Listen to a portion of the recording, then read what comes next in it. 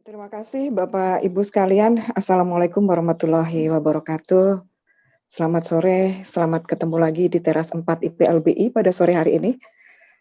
Pada kesempatan sore hari ini, saya mungkin tidak ingin berbicara terlalu dalam tentang berpuluh-puluh tahunnya saya melakukan pertemanan dengan API di Nusantara. Tapi sore hari ini saya ingin lebih banyak berbagi kisah, berbagi cerita tentang perjalanan ataupun hasil keluyuran, dan itu pun juga ada Bapak Ibu sekalian juga yang menemani saya di sini beberapa. Sehingga, saya lebih ingin berbagi kisah, berbagi cerita untuk memperlihatkan sebenarnya keberagaman, dan sejauh mana peran API itu sendiri di dalam arsitektur khususnya di Nusantara. Izinkan saya sekilas untuk, melihat gitu. Kebetulan dari sisi filsafat API sempat disebut-sebut oleh Heraklitus.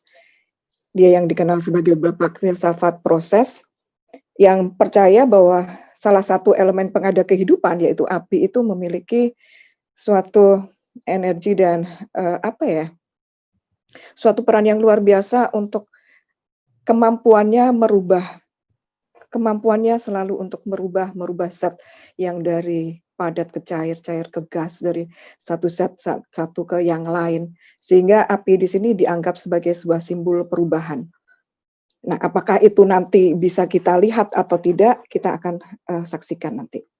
Kemudian, supaya ada gambaran juga saya ingin, memperlihatkan sedikit tentang keterkaitan api, komunitas, dan ruang. Seperti mungkin yang sering saya, sampaikan tentang teori Vitruvius misalnya, yang sangat percaya bahwa dari api itu adalah muncul sebuah komunitas yang pertama kali. Kemudian Kuro juga menambahkan gambar yang di tengah itu adalah bagaimana pada suatu kondisi malam hari itu, melalui terangnya api itu mampu untuk membentuk ruang imajiner dari batas-batas pedaran dari api itu sendiri. Kemudian yang berikutnya ini sangat membantu saya untuk memahami karena, di Nusantara sangat beragam perapiannya, ruangnya, makanya saya mencoba melihat pada teori evolusi arsitektur. Saya ambil dari buku Kohlhaas, Fireplace. Di sini memang dicontohkan salah satu contoh adalah, mulainya dari manusia gua, kemudian menemukan api, kemudian beradaptasi, mencoba memelihara api supaya tidak padam kena hujan, kena angin, sampai muncul shelter yang sempurna saat itu. Kemudian juga beberapa contoh gambar origin of architecture yang memperlihatkan bahwa sebenarnya yang ingin dilindungi, diwadahi di situ adalah perapian yang di tengahnya. Ataupun Simon Unwin di Analyzing Architecture yang memperlihatkan, pertumbuhan evolusi dari sebuah, tungku, yang di mana di sini Unwin juga mempercayai bahwa arsitektur pertama kali itu adalah sebenarnya tungku atau hearth yang untuk melindungi api. Ini hanya salah satu teori yang bercerita tentang bagaimana arsitektur itu awal mula diciptakan oleh manusia. Tentunya banyak sekali versi-versi yang lain. Baik, saya mulai, perjalanan. Ini adalah, perjalanan di Mata Besi, di suku Mata Besi di Kabupaten Belu, Nusa Tenggara Timur. Karena ini hanya saya lewat sehingga saya memang tidak sempat untuk meninjau lebih jauh, meneliti lebih jauh, tapi cukup menarik. Ini adalah salah satu perkampungan adat tertua yang ada di sana. Bahkan, kalau saya baca di browsing di web ini disandingkan dengan yang ada di Wairebo, tapi sayangnya saya tidak bisa masuk ke dalam. Yang saya lihat adalah adanya aktivitas perapian yang ada di luar, di bawah dari bangunan itu sendiri. Kemudian, ini Yali. Yali itu di Kabupaten Yalimo, di sebelah timur Wamena, Papua. Saya, terima kasih sekali memiliki kesempatan untuk sampai ke sana gitu kan. Di Yali ini seperti mungkin rumah-rumah di Papua yang lain, terdiri dari beberapa rumah yang dibedakan antara rumah laki dan perempuan. Yang laki itu Yomi, kemudian yang perempuan itu Homi, dan dapur itu sendiri. Yang di tengah itu adalah yang, rumah perempuan, Homi. yang saya bisa masuk ke situ. Kalau yang rumah laki karena lebih bersifat sakral, saya tidak masuk ke situ, tapi gambarannya di sini ada. Di mana perapian itu berada di tengah-tengah persis, kemudian diapit oleh 4 tiang yang dikatakan tiang raja yang sangat sakral di sana, yang dia juga sebagai tiang utama di dalam bangunan itu. Sedangkan yang Yomi, yang Homi itu untuk rumah yang perempuan, perapiannya lebih banyak digunakan untuk memasak. Keluarga itu dia dihuni bisa bertambah apabila ada anak perempuannya yang menikah lagi. Jadi Homi bisa bertambah. Kemudian ada dapur yang lebih banyak digunakan untuk satu keluarga itu juga tempat untuk bakar batu. Nah, kemudian saya juga memiliki kesempatan pernah ke Asmat, katakan seperti itu. Ini lama sekali, ini tahun 2003 kalau nggak salah. Ini adalah, rumah di Asmat yang kalau kita lihat dia sudah menggunakan, denah yang kotak, tapi perapiannya itu terletak di menempel sudah ke arah pinggir. Kalau tadi yang Yali itu dia berada di tengah-tengah, yang Asmat ini berada di pinggir menempel salah satu dinding sehingga ruang ruang keluarganya lebih luas, bisa digunakan untuk aktivitas apa saja. Kemudian ini adalah rumah adatnya yang mungkin sudah banyak, di-sharing di web ataupun sudah sering dibicarakan tentang rumah Hiyo itu sendiri, di mana di sana tungku perapiannya disesuaikan jumlahnya dengan jumlah anggota keluarga di dalam klan itu, ditambah satu khusus untuk yang digunakan bersama. Rumah adat ini seperti biasanya digunakan hanya untuk kaum laki-laki untuk, mengambil keputusan membicarakan permasalahan-permasalahan penting di dalam klan itu. Wamena waktu itu hanya mampir, sempat, masuk sebentar, tapi yang diperbolehkan masuk waktu itu kita di dapurnya. Nah, di sini bentuk perapiannya sudah berbeda dengan cara menggali tanahnya yang ada di situ. Oke. Itu Atambua. Atambua juga, waktu itu saya hanya lewat, ini adalah rumah pengungsi dari Timor Leste yang ada di sana. Saya mencoba untuk masuk ke dalam dan saya melihat tungku perapian diletakkan paling belakang, menempel pada salah satu dinding di belakang. Dayak Ngaju di sini, ini adalah, rumah adat sebenarnya yang digunakan secara komunal sehingga kalau kita lihat yang di tengah, gambar tengah itu, tungku perapiannya disesuaikan dengan jumlah keluarga yang ada di situ, lebih banyak. Tapi yang di paling bawah, gambar paling bawah itu saya sempat mampir ke rumah tinggal, bukan rumah adat, rumah tinggal biasa dan saya lihat juga cukup menarik tungku perapiannya. Dia, berada di pinggir, kalau itu sebenarnya bangunan itu tertutup, dia akan menyatu dengan salah satu dinding, seperti itu. Kemudian ini adalah, di Sasak. Sasak karena menjadi salah satu fokus penelitian saya waktu penelitian kompetensi agak banyak sih, data yang saya dapatkan gitu. Ini di Sasak yang di Desa Segenter, kalau kita lihat, dari denahnya, maka di tengah itu ada Inan Bale yang digunakan, sebagai tempat untuk meletakkan barang-barang yang sakral. Kemudian ada ambien brick itu untuk tidur, ambien black itu lebih kayak untuk para-para digunakan untuk menaruh barang-barang dan pijakan untuk ke Inan Bale. Sehingga karena di tengah itu adalah ruang yang sakral, maka jingkirang yang dikatakan itu sebagai perapiannya diletakkan di paling ujung, di pojok. Tapi kalau kita lihat dari arah pintu itu terlihat sebenarnya letaknya yang tungku perapian.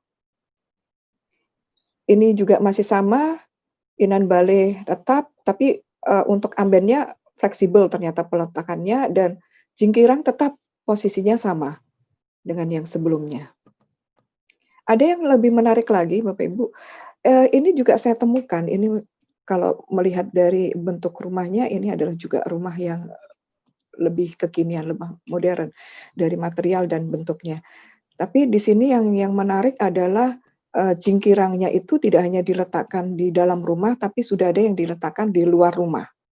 Yang berikutnya, di dalam rumah dia nggak ada gitu, adanya di luar rumah, tapi di luar rumah sudah menjadi ruang yang tertutup katakan untuk dapurnya. Dan yang lebih menarik lagi adalah ini, ada satu rumah yang dia tidak memiliki, perapian di dalam, jingkirangnya diletakkan di samping berugak. Di samping berugak di luar rumahnya itu, di depannya itu, yang dia sudah yang kanan sendiri itu adalah dapurnya. Jadi situ. Baik, berikutnya adalah ini di Sade, masih di Sasak yang Sade. Tentunya kalau kita lihat dari tatanan spasial bentuk rumahnya beda gitu. Ada yang dikatakan dalam bale, bale dalam dan luar. Yang saya perhatikan di sini adalah perapiannya gitu, yang disebut jangkih. Bentuknya juga sudah berbeda gitu. Nah, ternyata di Sade pun yang dikatakan sebagai kampung adat itu sudah mengalami juga perubahan. Di sini saya melihat bahwa ada penambahan tungku perapian di samping bangunan yang disebut ampik, itu nantinya berupa ada di dapur, dan biasanya yang di ampik itu lebih banyak menggunakan peralatan ini ya, teknologi modern untuk tungkunya. Begitu juga yang berikutnya, ini jangki sudah nggak ada, dia lebih banyak menggunakan sebagai dapur dengan kompor minyak berada di samping ruangannya, rumahnya. Ini juga demikian, ada 2 gitu kan. Dari sini saya ingin memperlihatkan bahwa di Sasak etnis berbeda, dia berbeda bentuk, tatanan spasial, berbeda juga peletakan tungku perapian bentuknya, tapi di dalam satu etnis pun ternyata juga beragam. Kemudian sedikit ini disertasinya Prof. Fasilah di Mamasa, katakan seperti itu.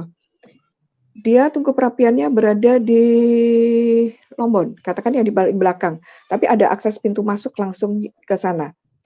Sedangkan yang di kemarin Pak Muhsin memaparkan yang di Toraja di Papa Batu, kita masih bisa melihat lempengan batu ini adalah lempengan sebagai perapiannya pada zaman dulu, dan peletakannya dekat sebenarnya dengan pintu masuk ke dalam rumah. Yang di Toraja, yang di Ketekesu juga demikian, tapi bentuk tungkunya sudah berbeda. Ini sudah lebih ke arah seperti meja, seperti tadi yang Anwin sempat memperlihatkan untuk tungku yang kekinian itu, tapi ini juga dekat dengan pintu masuk. Begitu juga yang di Silanan, bentuknya beda ya, bentuknya beda, peletakannya juga sedikit berbeda. Nah, ini yang di Karo, Siwalu Jabu, selalu menarik ini, karena ini di rumah-rumah adat ini rumah komunal, di mana tungku perapiannya bisa dikatakan juga dianggap sebagai simbol kekerabatan, karena apa? Satu tungku digunakan berdua. Jadi jumlah tungku perapiannya itu menentukan jumlah keluarga tentunya. Saya belum melihat apakah nanti kalau ada ganjil atau bagaimana, mungkin moderator nanti bisa menambahkan di situ. Saya belum melakukan penelitian yang mendalam di sini. Yang tahun berikutnya yang rencananya akan ke sana. Nah, di sini dengan 8 keluarga ada 4 tungku perapian, yang dimana kalau kita lihat sebenarnya di situ awalnya sebagai perapian yang lama itu terdiri hanya 5 batu.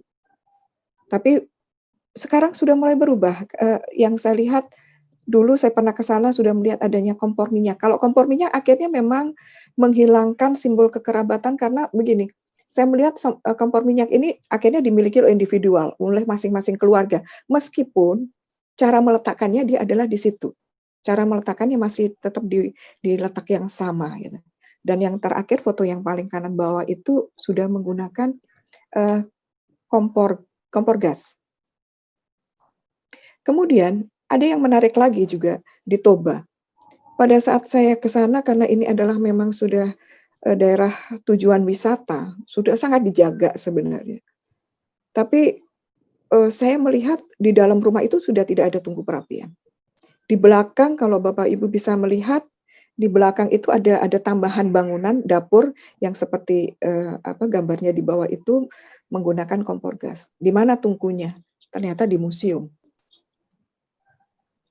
Nah, ini Jangga Dolok pada saat saya ke sana belum selesai, dan pada waktu saya bertanya dengan yang berwenang di sana waktu tentang tungku perapiannya apakah akan dihadirkan atau tidak, ternyata tidak, karena rencananya memang membuat dapur itu di luar bangunan itu sendiri. Dan waktu saya tanya terakhir ke Pak Kos, ternyata juga tungku perapiannya tidak dihadirkan. Padahal pada waktu saya ke sana untuk melihat, ini adalah satu dusun yang dekat dengan Jangka Dolok. Saya coba ingin melihat, mencari tungku perapiannya apakah masih ada dan di mana letaknya serta bagaimana bentuknya. Alhamdulillah dari beberapa rumah yang ada di situ saya menemukan masih sekitar 2 kalau tidak salah, yang masih memiliki tungku perapian dan dia diletakkan di dekat dengan pintu masuk.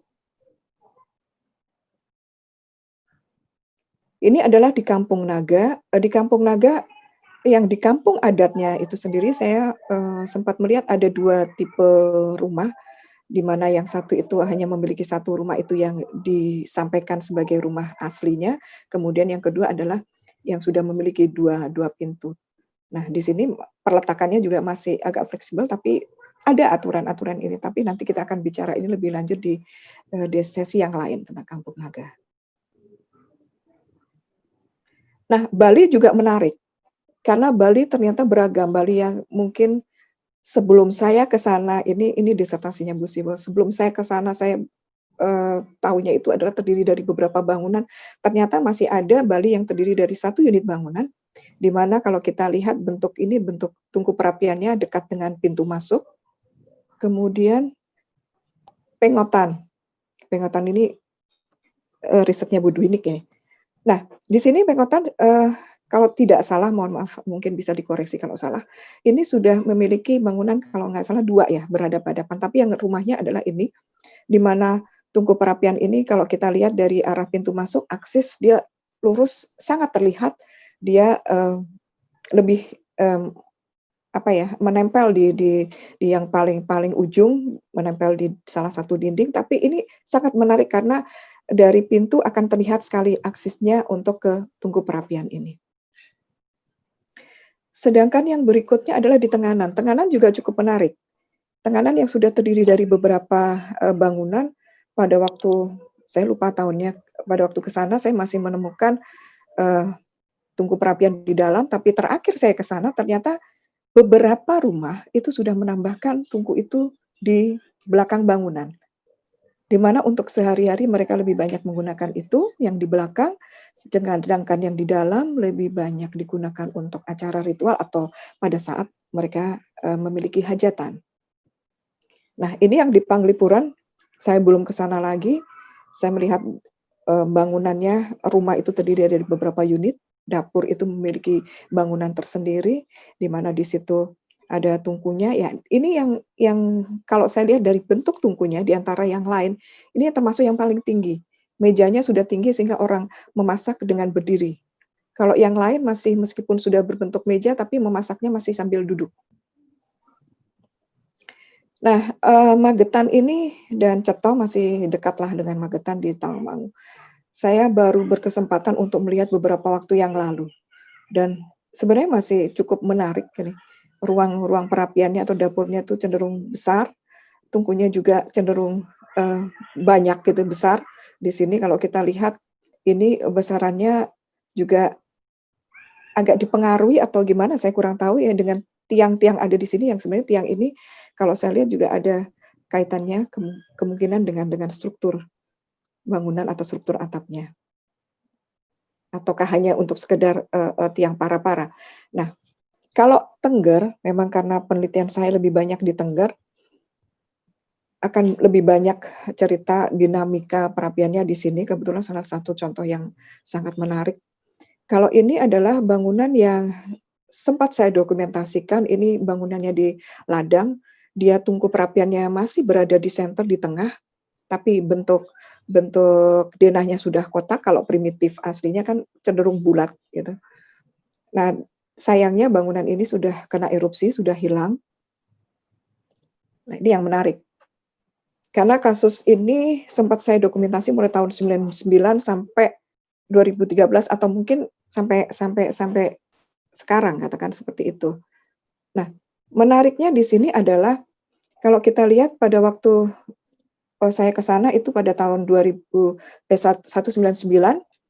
tapi melalui data wawancara saya mencoba melihat evolusi dari rumah tinggalnya, yang awalnya itu adalah dari rumah yang seperti di ladang, artinya satu rumah multipurpose, beragam fungsi dilakukan di situ dengan tungkunya berada di tengah, kemudian dia membangun rumah di belakangnya lagi, 99 membangun rumah di depannya lagi, ini satu keluarga. Tapi yang menarik di sini dari tungku perapian dan rumahnya yang berevolusi dari 1, 2, ke 4, 4 tungku itu yang digunakan memasak hanya satu, yaitu yang di belakang ini. Kemudian pada tahun, berikutnya 2015, rumah yang lama itu, hilang, kemudian digabung dengan rumah yang depan itu. Nah, karena pada waktu itu, juga masih sebagai pejabat pemerintahan ya, sebagai sekdes lah katakan seperti itu. Nah, ini yang tungku yang 2 di depan ini lebih banyak digunakan untuk menerima tamu, yang di belakang digunakan untuk memasak. Sampai sekarang, secara bentuk rumah tidak berubah. Tapi yang menarik di sini adalah kalau Bapak Ibu perhatikan jumlah atau di sini bukan jumlah, tapi perletakan perapiannya yang berbeda-beda. Pada saat 2009 saya ke sana lagi, itu, penghuni rumah sudah tidak jadi pejabat, dia sudah jadi masyarakat, biasa. Bapak Ibu lihat di sini, tungku perapiannya sudah tidak digunakan, bahkan di atasnya ada tempat tidur. Ini lebih banyak digunakan hanya untuk, ritual, lebih banyak menggunakan yang belakang. Nah, yang, pada waktu 2013, saya ke sana lagi yang ini sudah hilang ini. Ini sudah hilang. Dan berusaha untuk membuat yang baru di sini. Dengan, kalau Bapak Ibu perhatikan di sini ada 2 lubang, yang sebenarnya memang di sana meskipun seperti ini tertutup seperti kayak meja, tapi sebenarnya ini ada lubangnya. Keramiknya tidak diplester tapi keramiknya buka tutup, katakan seperti itu. Ini di sini. Nah, ini yang terakhir foto-fotonya yang apa, memperlihatkan lebih banyak digunakan untuk menerima tamu. Meskipun di situ juga ada fungsi-fungsi, memasaknya dengan menggunakan kompor gas.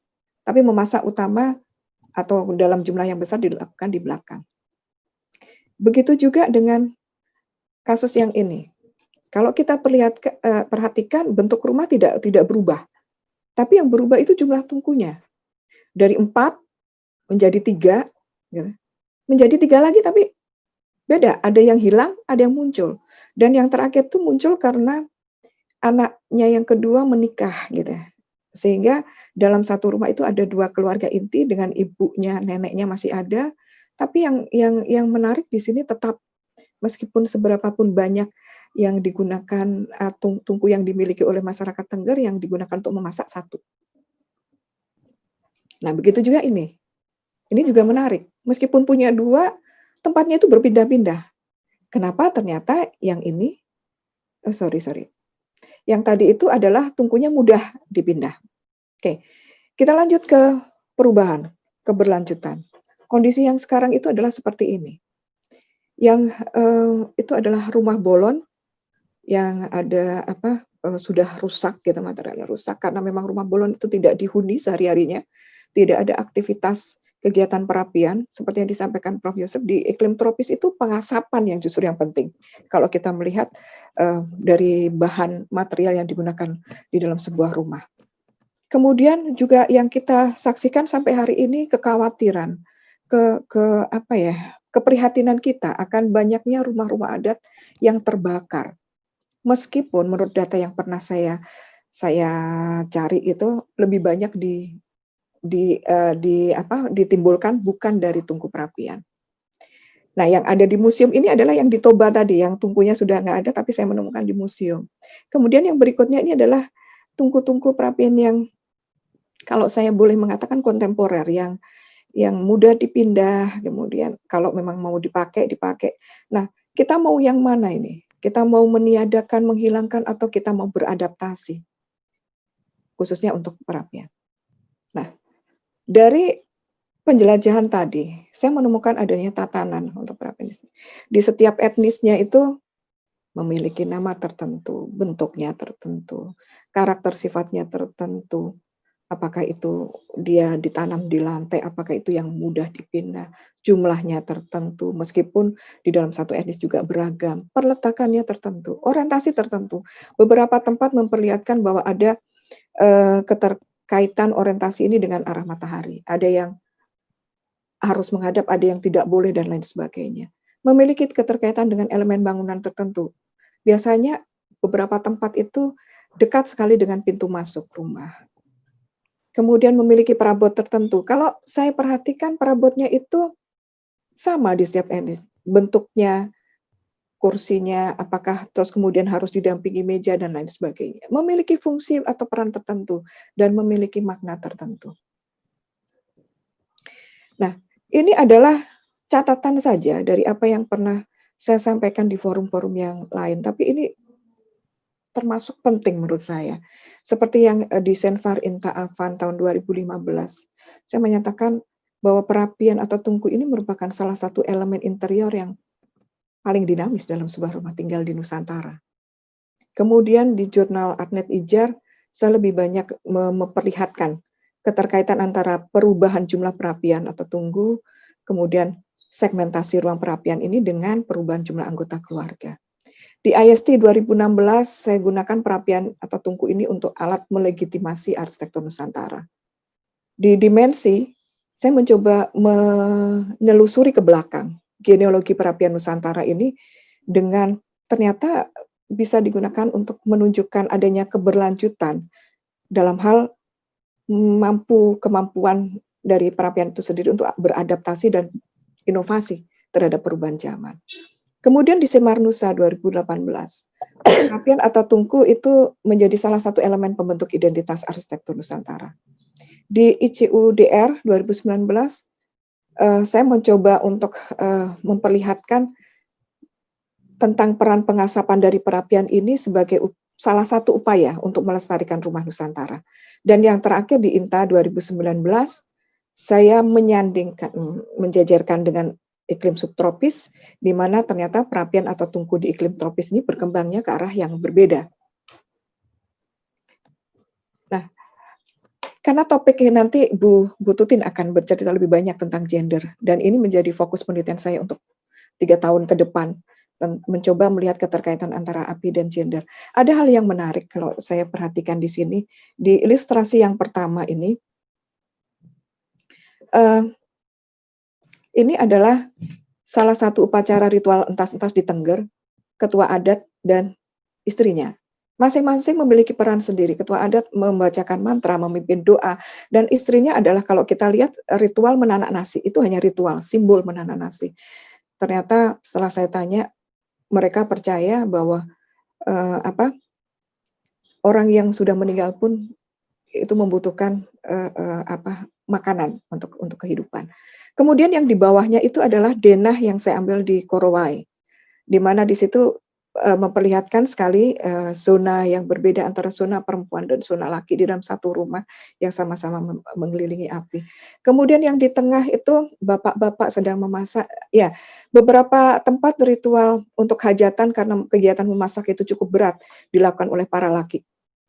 Sedangkan yang kaum perempuan itu adalah membantu dalam mempersiapkannya.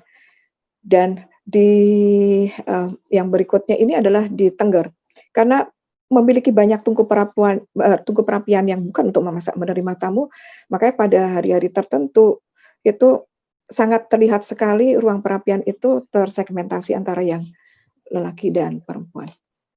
Baik, saya rasa itu Bapak Ibu sekalian paparan saya, perjalanan saya, cerita saya, ingin berbagi cerita dan mudah-mudahan nanti bisa saya mendapatkan banyak masukan dari teman-teman yang ada di sini yang meneliti masing-masing etnisnya untuk menambahkan data-data atau pengetahuan saya tentang API di Nusantara. Terima kasih. Wassalamualaikum warahmatullahi wabarakatuh.